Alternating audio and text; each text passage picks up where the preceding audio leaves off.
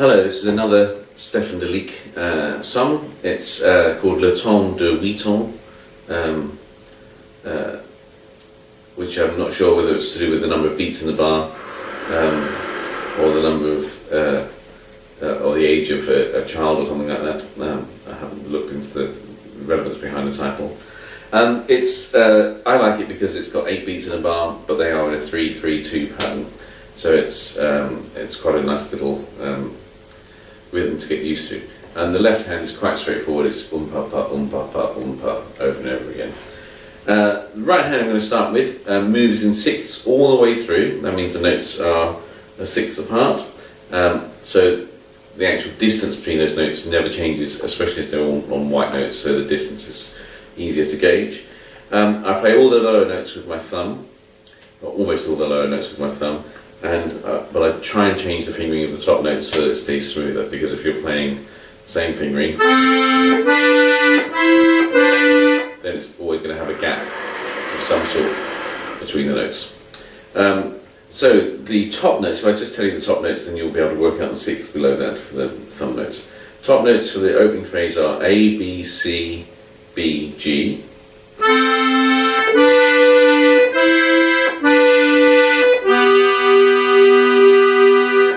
So it's 1, 2, 3, 1, 2, 3, 1, 2, 1, 2, 3, 1, 2, 3, 1, 2. The next phrase is A, B, C again. It's important on this second phrase to make sure that you don't end up with a little finger on the C, because you've got to jump a bit higher. So A, B, C again. And then E, G, E, C. E, C, B, and then back to the beginning. A, B, C, B, G. A, B, C, E.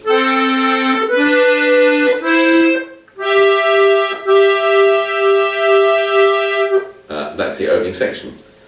Second section moves a little faster. There are more individual beats in the melody. All again a 6 apart, and again I would try and change the fingering. So I might play 5, 4, 3, 3, D, C, B, B,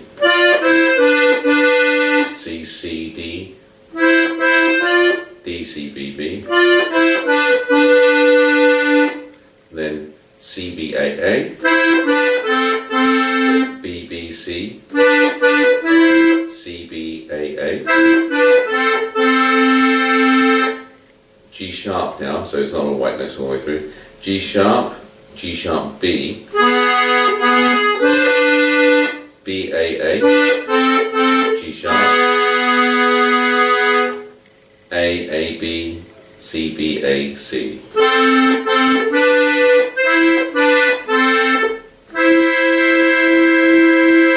Second time is exactly the same apart from the last note. It doesn't go up to the E and C, it goes down to the A. So the second time will be.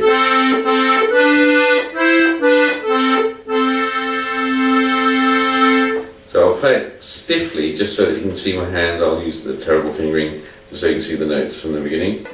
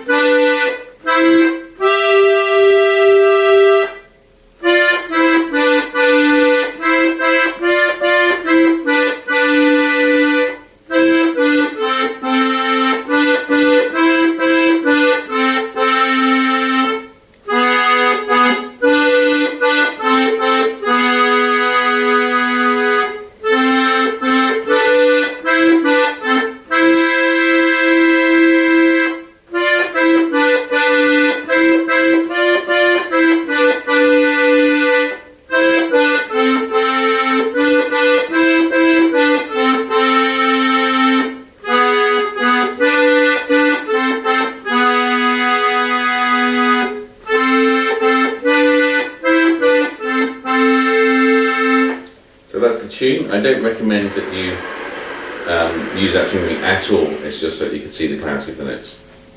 So the left hand is fairly straightforward. Find your E button, and it's A minor, so it's only A minor, E minor, D minor, and then E major. And the pattern is pretty universal throughout. It's pa pa, that's minor, and then change the bass, pa pa, and then back to the A. So it's pa pa with the A bass, still the A minor chord, E bass, pa pa, A bass, pa pa. That's one bar. Then you shift to the E minor, do the same thing. And back to the A minor. E minor. I'll do it slowly with the tune so you can hear it. Focusing on the left hand.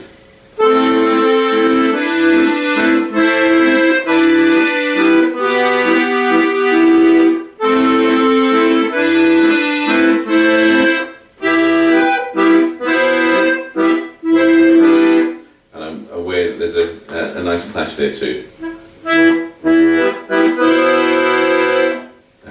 But I think that's part of the beauty. So that's the first section, A minor, E minor, A minor, E minor, A minor, E minor.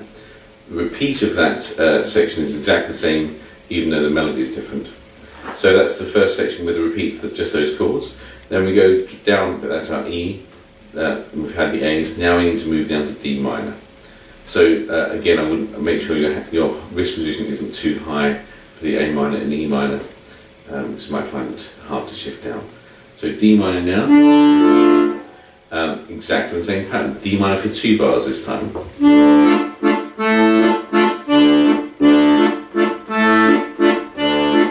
I like to give a little more push on this. Obviously, you can see that it doesn't matter how hard you push the buttons, it doesn't change the volume. But actually, the reality is, if you're pushing harder with your finger, you're likely to be pushing harder with your hand. So going for more separation might give more attack.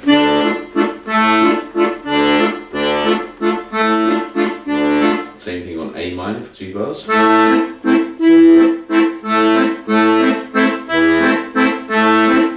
And then E major this time.